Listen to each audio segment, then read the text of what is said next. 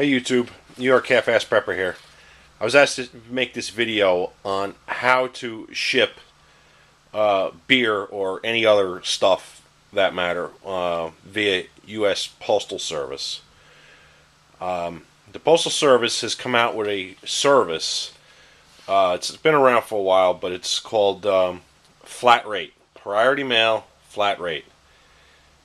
And you can ship envelopes or packages such as these.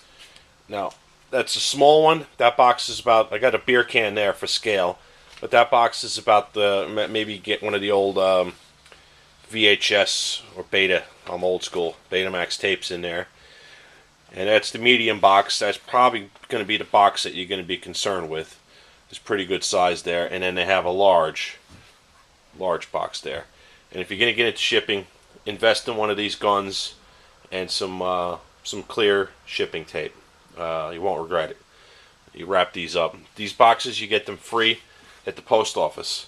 As far as the actual shipping, you got to go on the USPostalService.com website, open up an account, and use your credit card and ship that way. It's cheaper. You get a discount. Other than better, the discount is for doing it online, and you don't have to wait in line in the post office in most cases. Now, the reason you want to use these flat rates is you can put up to 75 pounds into these boxes, and the post office will ship it for the flat rate fee. So if you have a lot of stuff that's heavy, like shipping beer can get heavy sometimes, it's economical to put it in these boxes. Okay, where you get the boxes, you get them at the post office. They got them for free in the lobby, or you can go on a website and a couple clicks and they'll actually mail these boxes right to your house.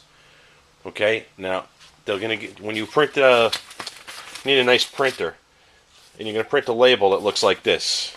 I don't want to show it to it because it's got addresses on here, but the important thing is it's got this barcode on here, and that's what the post office scans.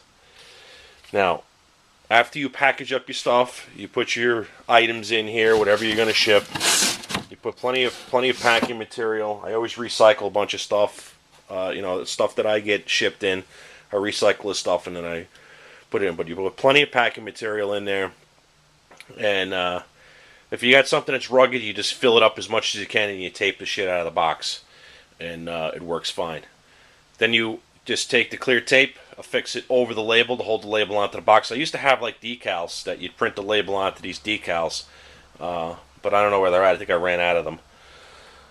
After you get it all packed up, you take your box down to your mailbox, or you can take it to the post office and hand it to a postal employee, or you just leave it at your mailbox, or you got to get it into the postal service system somehow. If you take it to the post office, they'll scan it with the computer and they'll give you a receipt.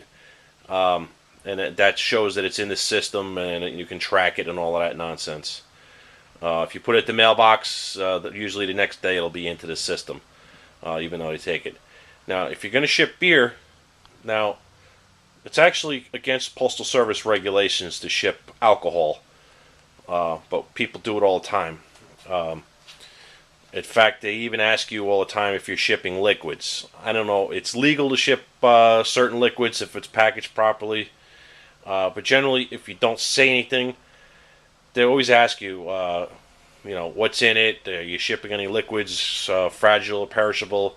And you always tell them no. Never tell them what's in the package. Just hand it to them, or even better, just leave it at your mailbox. And I think you can even go online and schedule a pickup and just leave these out for the postal employee, and they'll come pick them up at your place.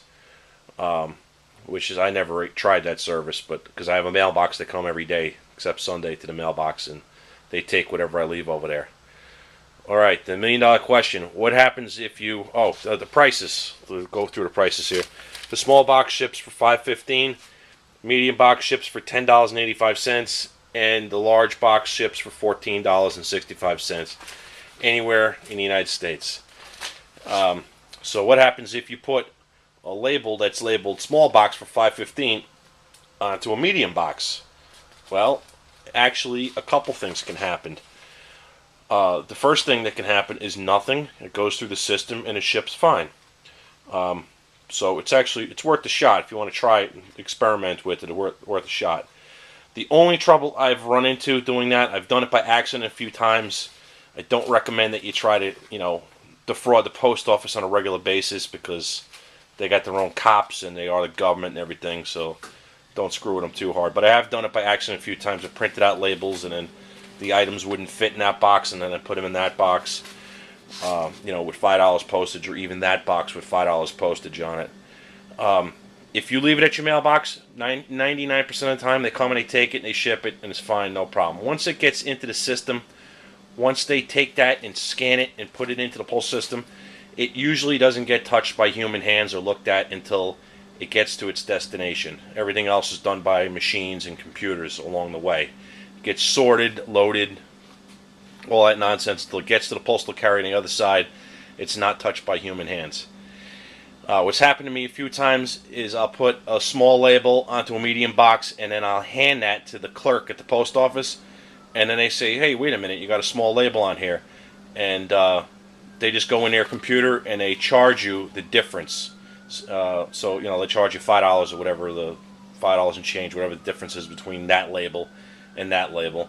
And then they slap a little receipt onto the thing and then they take it and away it goes. So that's the worst case scenario, is you get bagged and you got to pay the extra money for the shipping. But if you sometimes the postal people, they're not trained or they don't care, or they're having a bad day or whatever. A lot of times they just take it, they don't even look at it, they put it in the bin and away it goes. That's happened to me a couple times also. So that's it. This is how you ship. This is how you ship your stuff. Now, a lot of people say, "Oh, you can't ship this, you can't ship that." I've shipped all kinds of stuff in these things. There is what's called a domestic mail manual that you can go on a post office website and you can look. There's a couple things that are prohibited for shipping. You're not supposed to be shipping handguns. U.S. Postal Service. You can ship long guns. Obviously, you can't fit it in a box that size. But if you had a box, long skinny box, you can ship long guns. U.S. Postal Service. It's legal.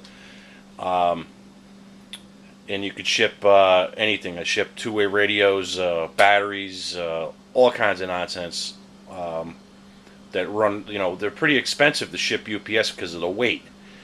So the Postal Service is an attractive option.